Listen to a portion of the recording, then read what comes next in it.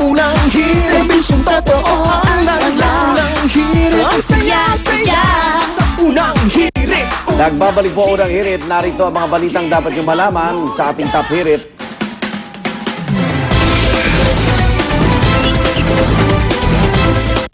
Critical pa rin po ang kondisyon ng Comedy King na si Dolphy sa Makati Medical Center dahil sa komplikasyon ng sakit sa bato. Ayon po sa kanya anak na si Eric Quezon, tanggap na raw ng kanilang pamilya na anumang oras ay maaaring may mangyari sa kanilang padre de pamilya.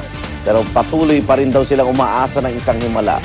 Matapos gumaling ng sakit na pneumonia, komplikasyon naman mula sa mga ininom na gamot ang iniinda ngayon ni Comedy King Dolphy. Toxic metabolic encephalopathy ang tawag sa kanyang kondisyon kung saan di na nasasala ng bato o kidney ang mga toxin na naipon sa katawan kasunod na mahabang gamutan. Matagal na raw may sakit sa bato si Dolphy bukod pa sa mahina na ang kanyang baga.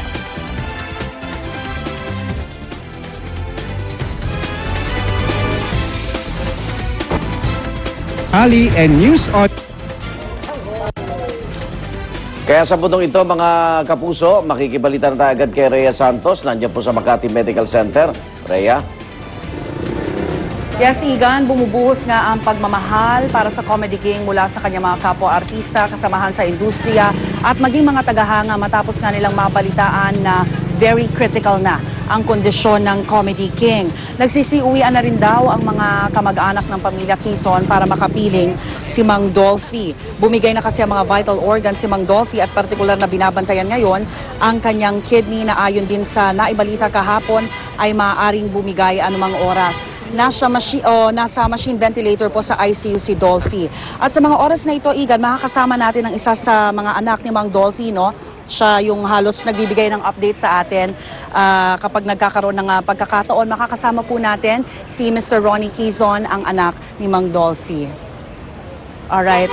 So, actually, ang pamilya Dolphy, ang pamilya Quezon ay wala pa hong tulog. Simula nang sabihin po ng mga doktor na nasa critical na kondisyon na ang kanilang ama.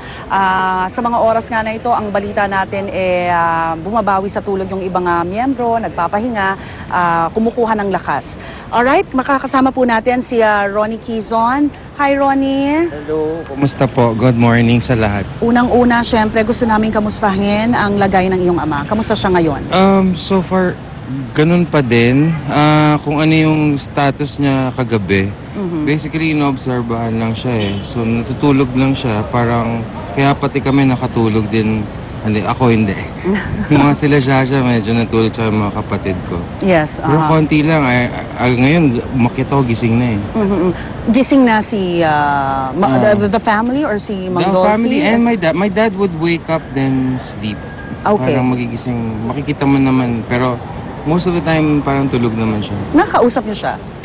Pero ngayon, di namin kinakausap because Yes. we're letting him rest. Pero yeah, we can talk. Okay. Kamusta naman ang pamilya? How are you handling the condition of your father? Ganun talaga eh. Whenever like every family has when someone's sick or we try to spend time together and hold each other. Parang andun yung grab strength from each other and obviously help each other go through this. Particularly our dad. May sinabi ba si Mang Dolphy na mas lalong nagpapatatag sa samahan ng buong pamilya o mas lalong nagpapalakas din ng loob ng buong pamilya? Yeah, hindi ako makaka-pinpoint ng isang tinuro eh. It was the way we were brought up, I guess, na medyo clannish ang Quezon eh. So, you notice naman siguro kahit may half brothers, half sisters, we never really called ourselves like half brothers, half sisters. Medyo close naman. Hindi, in the sense na magkakabarkada kami dahil iba-iba yung age bracket. Pero pag magkasama naman, okay kami. Ronnie, balita namin yung binabantayan talaga is itong kidney. Ano? Kamusta na? Anong update doon? Up and down eh. So far, nahihirapan siya mag-work yung kidney niya. Pero tinatry natin, maggawa ng paraan yun. Hopefully, magtuloy-tuloy. Kung hindi naman, wala talaga tayong magagawa. Kung ano't ano man, handa ang kalooban ng pamilya? Ako handa na ako eh. Kasi like 2 years ago, nung diniagnose siya, pinag-aralan ko yung COPD, alam ko yung solution. Aha. And the solution was basically hindi naman kayang gawin. It was lung transplant, the best solution. So eventually, alam ko na I'm prepared in the eventuality. Kung ito na nga yun, prepared ako. Obviously, I'd be lying pag sinabi ko hindi masakit kung Yes, or of hindi ako course. iyak. I wouldn't know. But I'll cross the bridge when I get there. Si Miss Jaja, kamusta siya ngayon? Naawa na ako pagod sila I saw her sleep kanina pero parang sandali lang. Pag akyat ko, gising na sila Pag nung nasa room ako, ang pinatay ko pa yung ilaw, matutulog pa lang si Epi. I think si Karil pinapatulog ko. Ang nakita kong tulog si Nicole, si Jaja. So, kumpleto ang buong pamilya? Yung nasa Manila, Yes. kompleto. Yung mga nasa abroad, pauwi na rin sila lahat? Hindi Ganun ba? lahat. Hindi Yung lahat. mga pwedeng makauwi, uuwi. Aha. Alright, Ronnie, may mga tanong lang mula sa studio, no? Go ahead, Igan. Tanong ko lang yung isa rin sa medical process, yung dialysis. Ano nang desisyon ng pamilya, Ronnie? Good morning. Okay. Kasi yung dialysis, actually, kausap namin yung doctor yesterday.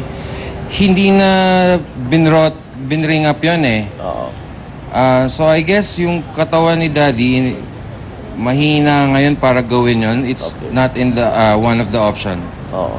Yung mga kapatid niyo, may mga nasa